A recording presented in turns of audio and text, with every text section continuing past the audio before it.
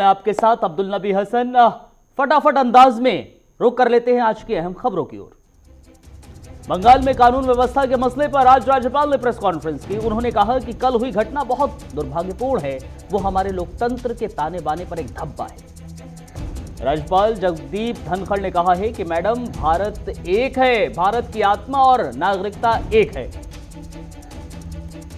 राज्यपाल जगदीप धनखड़ ने कहा कि राज्य में कानून व्यवस्था खराब है, लोकतंत्र की रक्षा करना मेरा धर्म है।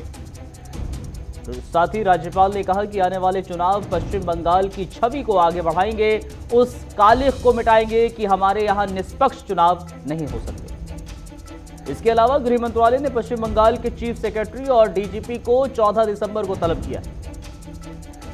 गृह मंत्रालय के सूत्रों के मुताबिक राज्यपाल जगदीप धनखड़ ने बंगाल की मौजूदा कानून व्यवस्था पर रिपोर्ट भेजी है। रिपोर्ट में जिक्र किया गया है कि जेपी नड्डा और अन्य बीजेपी नेताओं की सुरक्षा में कमी थी।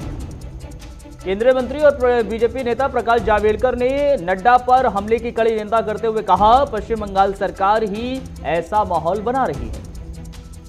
आपको बताएं, बंगाल दौरे के बीच जेपी नड्डा और कैलाश विजयवर्गीय के काफिले पर हमला किया गया था। बीजेपी ने आरोप लगाया है कि टीएमसी के समर्थकों के जरिए यह हमला किया गया। हमले के बाद बीजेपी के राष्ट्रीय महासचिव कैलाश विजयवर्गीय के बाएं हाथ में लिगामेंट फ्रैक्चर हो गया है। कैलाश विजयवर्गीय की मेडिकल रिपोर्ट सामने आ गई है। नड्डा के काफिले पर हुए हमले के बाद बीती रात दिल्ली में प्रदर्शनकारियों ने ममता बनर्जी के भतीजे अभिषेक बनर्जी के आवास की दीवार पर काला पेंट कर दिया। बीजेपी नेता सुशील मोदी ने बंगाल में राष्ट्रपति शासन लगाने की मांग की है। उन्होंने कहा है कि बंगाल में जेपी नड्डा पर हमला लोकतंत्र को लहूलुहान करने वाला है। बीजेपी अध्यक्ष जेपी नड्डा के बाद केंद्रीय गृह मंत्री अमित शाह बंगाल का दौरा करेंगे। अमित शाह 19 और 20 दिसंबर को पश्चिम बंगाल में रहेंगे। कृषि कानून के मसले पर सरकार और किसानों के बीच का डेडलॉक खत्म नहीं हो रहा है। किसानों की ओर से लगातार कृषि कानून को वापस लेने की मांग की जा रही है। किसान आंदोलन पर कृषि मंत्री नरेंद्र सिंह तोमर ने कहा है कि सरकार से बातचीत के रास्ते खुले हुए हैं। 5 तारीख को चर्चा आगे नहीं बढ़ी, किसान चुप रहे। सरकार के भेजे सारे प्रस्ताव किसानों के पास हैं। किसानों ने प्रस्ताव का कोई जवाब नहीं दिया। किसानों की हर चिंता पर विचार किया जा रहा है। कृषि कानून के मसले पर सुप्रीम कोर्ट ये मसला पहुंच गया है। भारतीय किसान यूनियन ने कृषि कानून के खिलाफ सुप्रीम कोर्ट में याचिका दायर की। याचिका में कहा गया है, कृषि कानून के मसले पर पुरानी याचिकाओं को सुना जाए। नए कानून देश के कृषि क्षेत्र को निजीकरण की ओर धकेलेंगे। हरियाणा के डिप्टी सीएम दुष्यंत चौटाला ने कहा है कि जब तक एमएसपी नहीं बनी हुई है वो सत्ता में बने रहेंगे। अगर एमएसपी को कुछ होता है वो सरकार छोड़ देगी। पीएम मोदी पेरिस जलवायु समझौते की 5वीं वर्षगांठ पर कल दुनिया को संबोधित करेंगे। इसकी जानकारी केंद्रीय पर्यावरण मंत्री प्रकाश जावड़ेकर ने दी। इसके अलावा जावड़ेकर ने कहा, जलवायु परिवर्तन रातों रात होने वाली घटना नहीं है, इसमें पिछले 100 साल लगे हैं। राजस्थान में अशोक गहलोत सरकार के सामने संकट खड़ा हो गया है। भारतीय ट्राइबल पार्टी ने राजस्थान की कांग्रेस सरकार से समर्थन वापस ले लिया। इस साल गणतंत्र दिवस की परेड में राम मंदिर की झांकी होगी। यूपी सरकार की झांकी में राम मंदिर का मॉडल होगा। दीपोत्सव को भी दिखाया जाएगा। चारा घोटाला मामले में सजा काट रहे लालू प्रसाद यादव की जमानत पर 6 सप्ताह के लिए सुनवाई टल गई है। सीबीआई ने बड़ा दांव खेला है। आईएमए ने आज राष्ट्रव्यापी हड़ताल की घोषणा की है। आईएमए की ओर से दी गई जानकारी के मुताबिक आज सुबह 6 बजे से शाम 6 बजे तक सभी गैर आपातकालीन और गैर कोविड मेडिकल सेवाएं ठप रहेंगी। हालांकि इस दौरान सभी आपातकालीन सेवाएं जारी रहेंगी। सभी आपातकालीन सेवाओं की तरह कोविड अस्पताल, आईसीयू, दुर्घटना और मैटरनिटी होम्स, नवजात आईसीयू हमेशा की तरह काम करेंगे। आईएमए का दावा है कि हड़ताल की वजह से ना ही कोरोना मरीजों का इलाज प्रभावित होगा, ना ही आपातकालीन सेवाओं पर कोई असर पड़ेगा।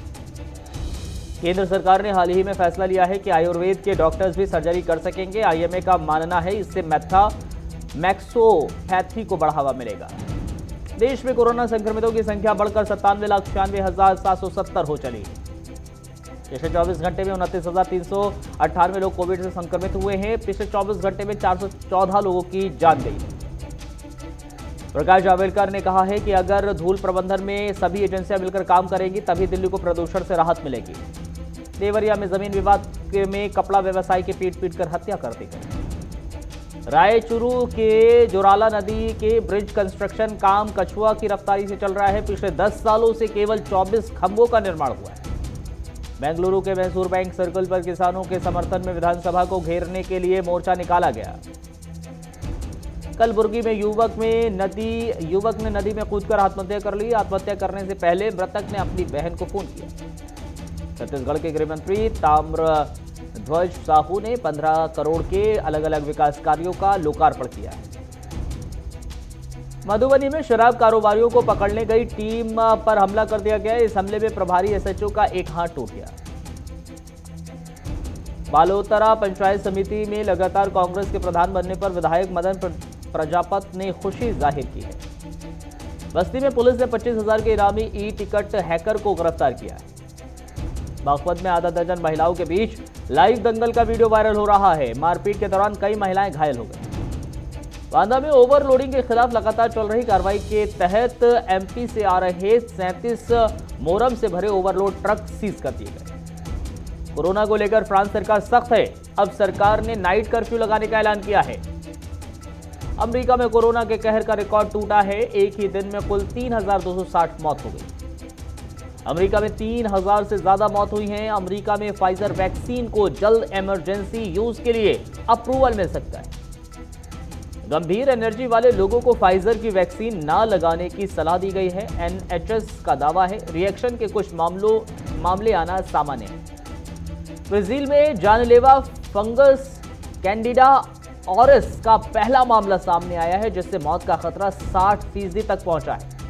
पाकिस्तान सरकार ने दिलीप कुमार राज कपूर की पुश्तैनी मकानों की कीमतें तय कर दी हैं। दिलीप साहब की हवेली की कीमत 80,56,000 और राज कपूर साहब की कोठी की कीमत तकरीबन 1.5 करोड़ रुपए तय की गई है।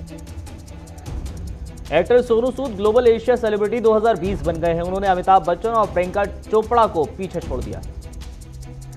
कोरोना से लड़ाई में शाहरुख खान ने 500 रेमडेसिविर इंजेक्शन डोनेट किए हैं। इसके लिए दिल्ली के स्वास्थ्य मंत्री सत्येंद्र जैन ने शाहरुख खान का शुक्रिया अदा किया। कंगना रनौत ने भारत बंद का विरोध किया है। बोली प्रियंका दिलजीत किसानों को गुमराह कर रहे हैं। कियारा आडवाणी इंदु की जवानी देखने सिनेमा हॉल पहुंची। परिवार और दोस्तों के साथ समोसा पार्टी भी की।